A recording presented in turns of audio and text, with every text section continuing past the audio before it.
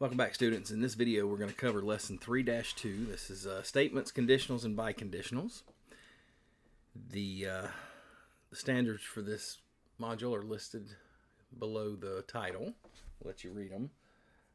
Sorry, glasses are messed up. Okay, so we did this lesson in class. It's a little difficult, so I'm going to do the best I can to try to make it better for the video. So if you missed, this is maybe, hopefully this will be better. And if you were in class and you kind of struggled, and I know some of you guys have, hopefully the video will help. We'll see. So let me write a couple of these vocabularies in so I can talk and not block the camera.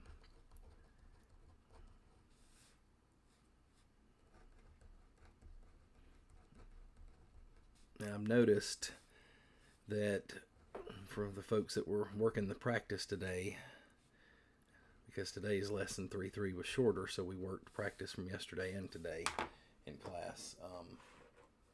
I noticed from the practice that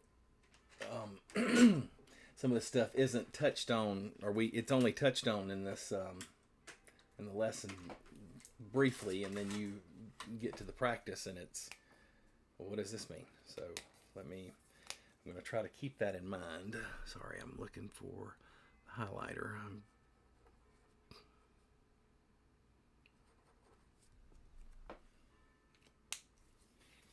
All right. So, compound statements. There are two or more statements that are joined by the word and or. A compound statement using the word and is called a conjunction. If it uses the word or, it's a disjunction. Let's see. Excuse me. Sorry. I should have written more of these. This is math. I don't know why we're writing so much.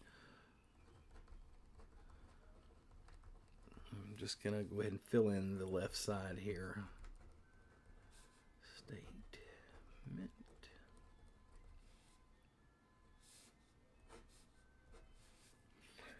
Okay.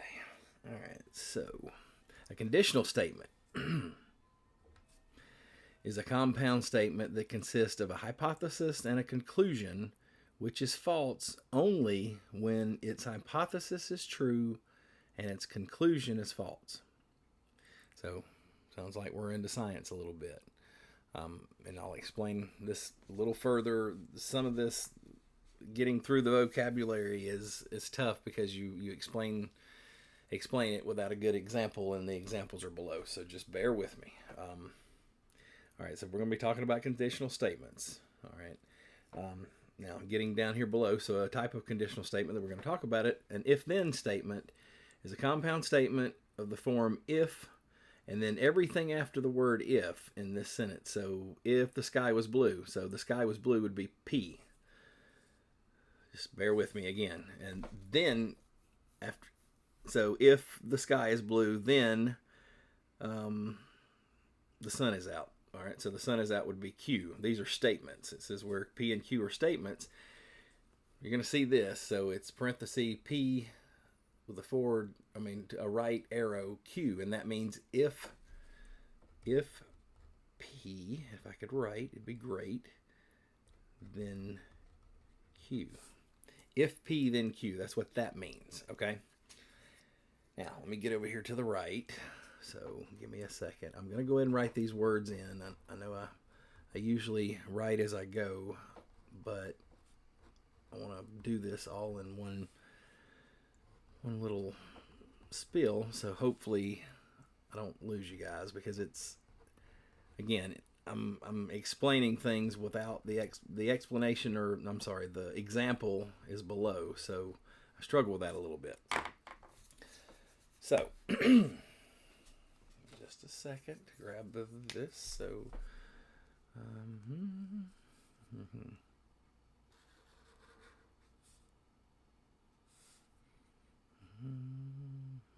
yeah.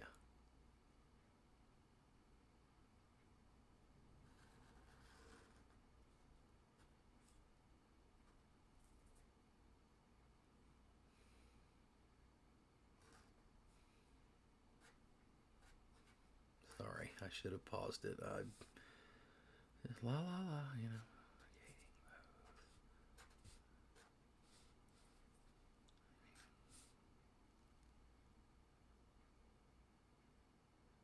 Man, they word this so crazy. Okay, we're just gonna highlight it here and here. Sorry. Okay, so we're talking about if-thens, and I already told you if-then, that's what this means, and then I already mentioned that everything following the word if is P, so that's what it's going to tell you here. So the hypothesis of an if-then statement is the phrase immediately following the word if. It's so weird. That is not yellow up there, but it's here. So, I don't know.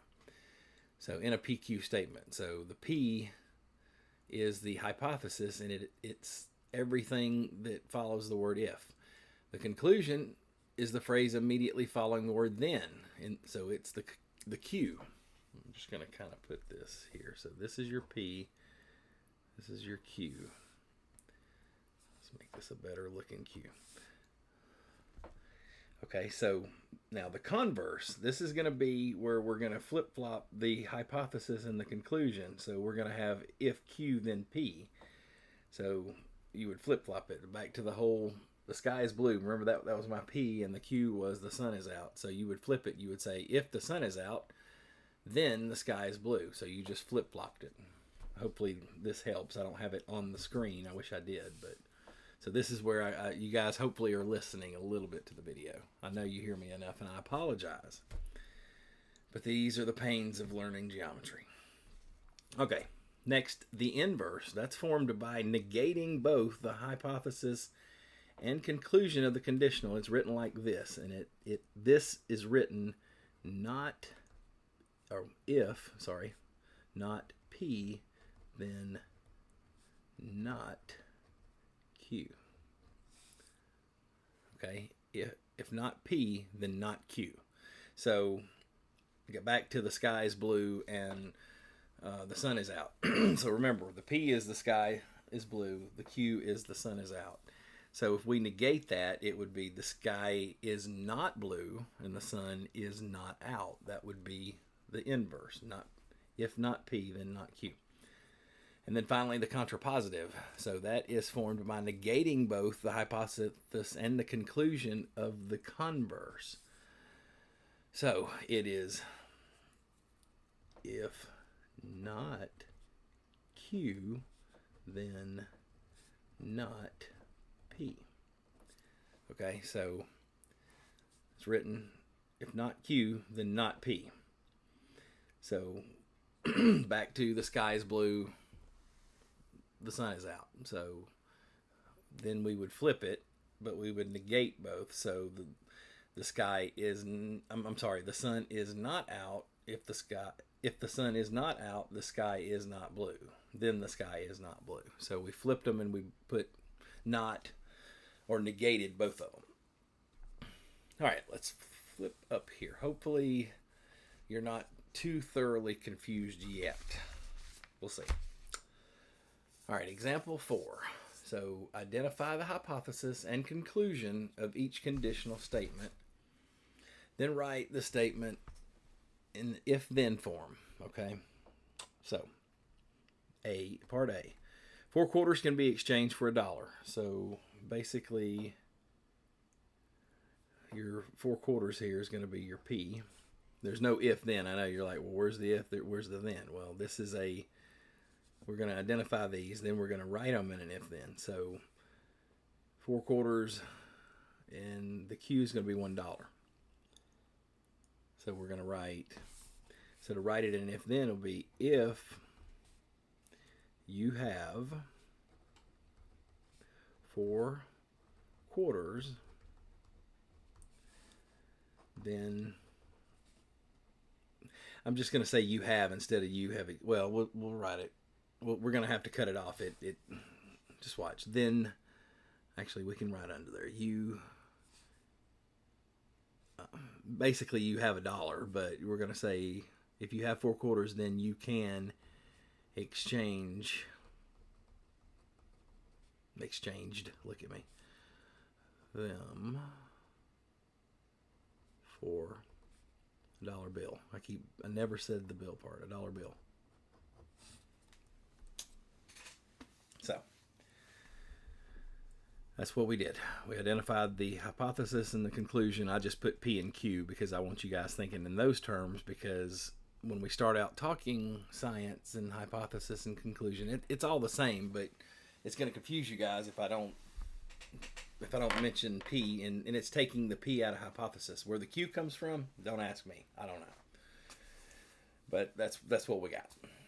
So B. So again, we're going to identify the hypothesis and the conclusion. So the sum of the measures of two supplementary angles is 180. All right, so basically we're going to the whole subject of this thing is going to be two angles, but your P here is going to be supplementary. Just going to kind of, and then your Q is going to be 180. And actually we'll do this. All right, so we're also going to talk about, so remember angles this is the symbol for angles, and I'm going to have to use a different pencil because this is not going to happen. Actually, I'm going to go back to the pen. So this is the symbol for angles. We're going to abbreviate because we got a lot of stuff to write. So if two angles, okay, are supplementary,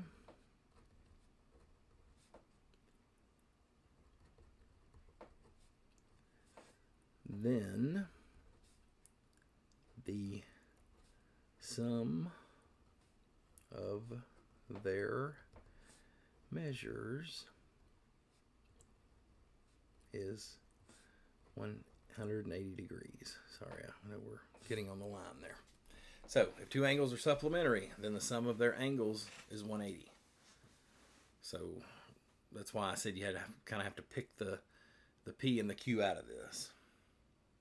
All right, example 4 to the right.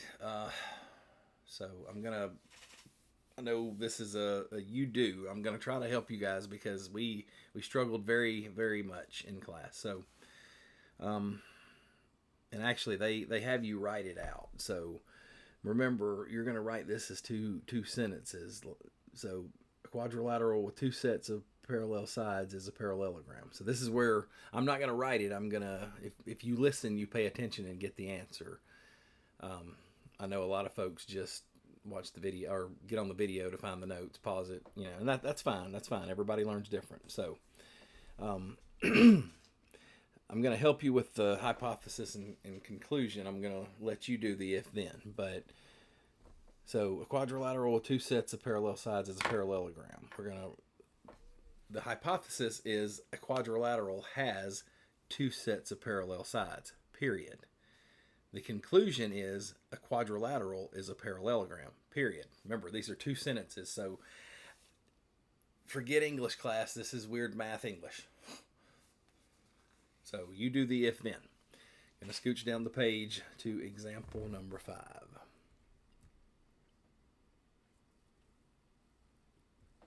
Oops. Okay. Example 5. The tang is a saltwater fish that inhabits shallow coral reefs in tropical areas. Tongue twister. Tangs are a part of the, you name it, family, along with surgeonfish and unicorn fish. All members of this family I can't pronounce are saltwater fish. And all due respect, nothing disrespectful, I'm going to butcher that, and I would rather not disrespect the name of this family by trying to mispronouncing it's, anyway. So, all right, saltwater fish, Jew. Right, the converse, inverse, and contrapositive of the true conditional statement. All right, so here's your true conditional statement in bold there. Tangs are fish that live in salt water. Determine whether each related conditional is true or false. If the statement is false, write a counterexample. All right, so it's a lot of stuff to write in a little area, so we are going to do the very best we can to make it all fit. We're going to have to, as a matter of fact, I'm just going to scoot down because I'm going to need every bit of this real estate. So, make sure I do this the way we... I'll make sure there's no corrections. Hold on.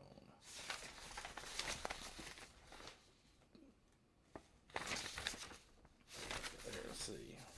Okay, yeah, so we write the if-then. And I'm going to write them in different colors. So, to write this as an if-then, or a conditional, because that's what it's called, it's going to get confusing, conditional, or if-then. And I'm sorry, I know it's sloppy, and I apologize. It's a lot of stuff to write. All right, so if a fish is a tang, then it lives in salt water. All right, so there's your conditional, or if then. So they also asked for, or well, yeah, the true conditional. The conditionals, hold on, determine whether each conditional, but it says something here. True conditional statement. So this is true, which makes the first one true. I know that's weird, but that's what it is. So in this one, a tang is your P. So lives in salt water is your Q. So to flip them, to do the converse, it's going to be if a fish lives in salt water, then it is a tang. Oops. This is the converse. I'm going to try to make it fit. It's on the edge of the page, and it does weird things on the desk. All right, so this is the converse. All right, so is it true or false? Because remember, this is true. Tangs have to live in salt water, so that's true. So is this true? If a fish lives in salt water, then it is a tang. Well, no, it's not true. Because remember, you only need one example. So what's our counter example for this? This is false. We're going to see false over here and why. And, or what is our counter example?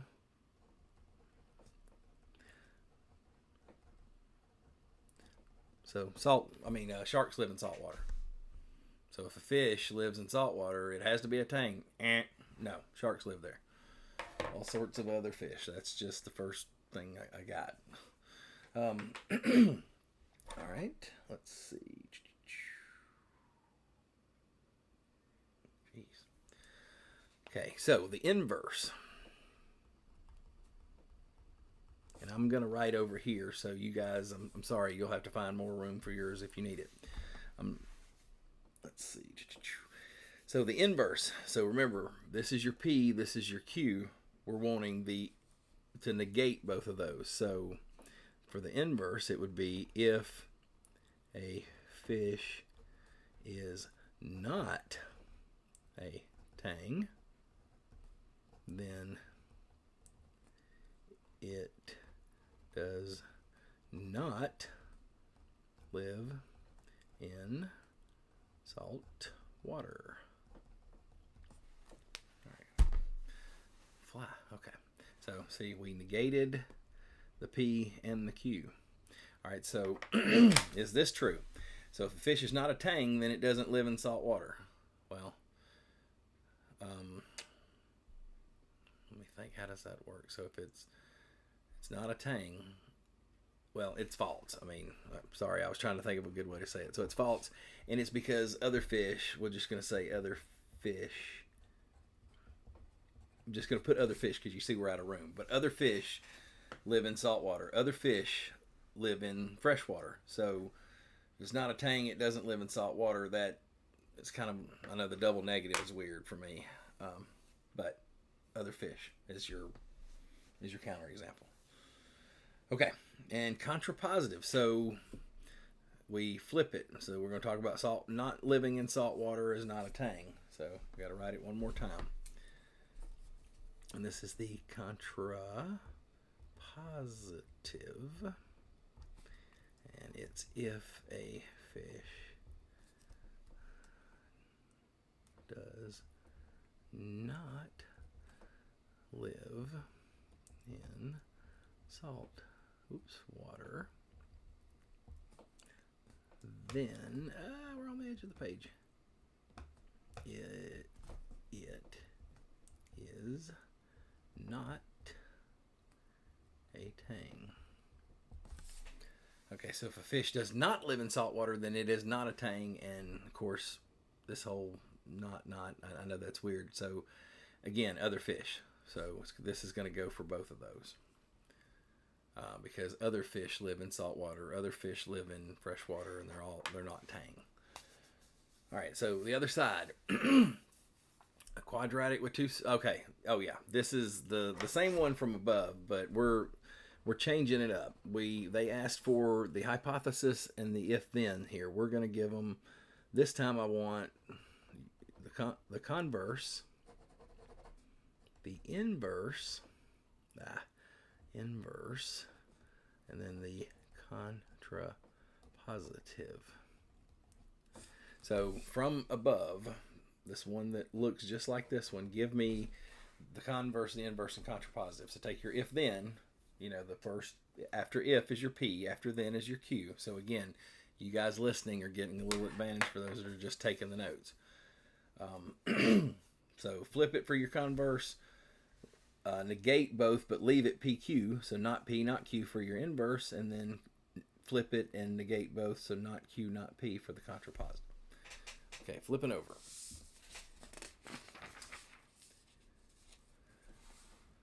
All right, flipping the page on 3-2. Example 6. Excuse me.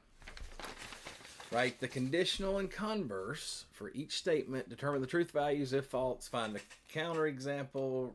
Write a biconditional statement if possible. Let's see how it goes. Okay, so A says Rasha listens to music when she's in study hall. So we can just mark this. So listens to music. This part's your P. In study hall is your Q. And I wrote over that. So I wrote that, but I'm going to write over it with the pen. So sorry about that. So they want a conditional. So the conditional is if Rasha listens to music, then she is in study hall.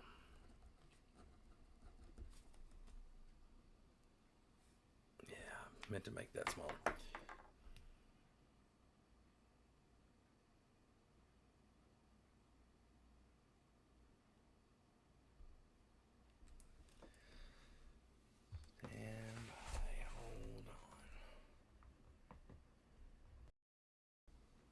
Okay, sorry.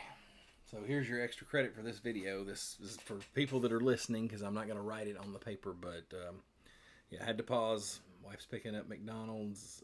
Apparently they gave our food to somebody else. So you mentioned this, I give you extra credit. Okay, just a minute.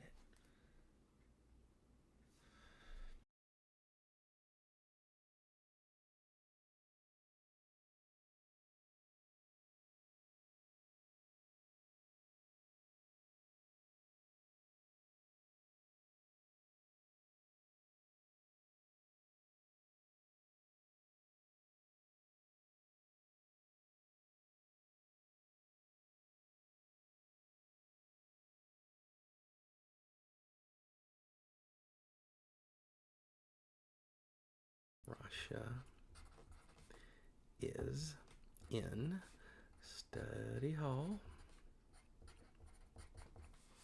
Then she listens to music. Okay, so I know that looks terrible. I'm sorry. There we go. So she listens to music. If Rasha is in the study hall, then she listens to music. This one's also going to be true. So no need for a counter example there. which actually, yeah, if false, find a counterexample. All right, so scooching up here, part B. If two lines are parallel, then they have the same slope and different y-intercepts. All right, so they've already given you a conditional here. They want the converse. So the converse would be the parallel part is your P, the same slope, different y-intercepts is your Q. So we just flip it. We say if two lines are parallel, oops, R, I'm starting to write R and parallel at the same time, parallel, then, no, I'm writing the same thing they got here. God help. Oh, geez. If two lines have the same, see, at least you guys are waiting until after I move my hand, slope and different y-intercepts, then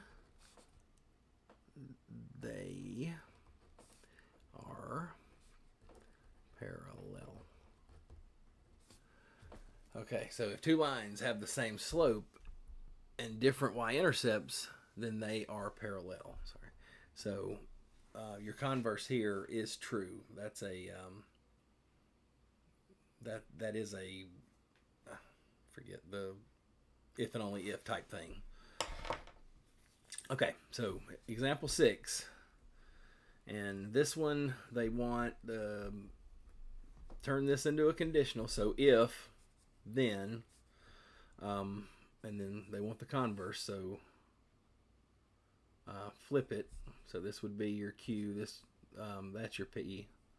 I mean P then Q, but then you flip it for converse. Sorry, I forgot I wasn't showing people that aren't gonna listen. And let me know if you have any issues with that one. We're gonna scooch down. Trying to hurry up before my food gets here. Example 7. Write the biconditional as a conditional and its converse. Determine whether the biconditional is true or false. If it is false, give a counterexample. So they give us a biconditional. It has that if and only if. So all you do to make it a conditional is take out the if and only if, add if in the front, and then in the back. So your conditional is if two angles, remember we're using the abbreviation, are complements,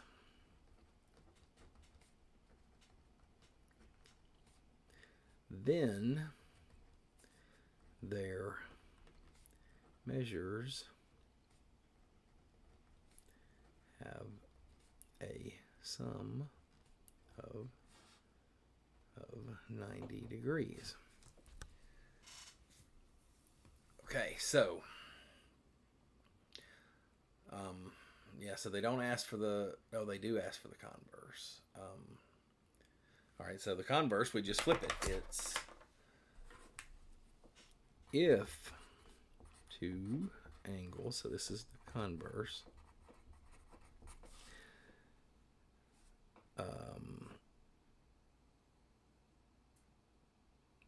measures, so it's measures with an apostrophe because it's have a sum of 90 degrees, then they are complements. Okay. So that's the converse. Now, so if two angles are complements, meaning they both equal 90, then their measure have a sum of 90, right?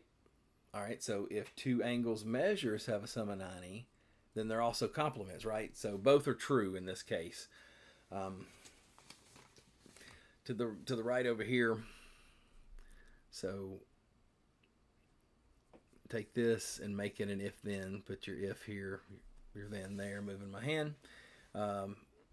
They want so that's the conditional. They want the converse, so flip them and then tell them if it's true or false.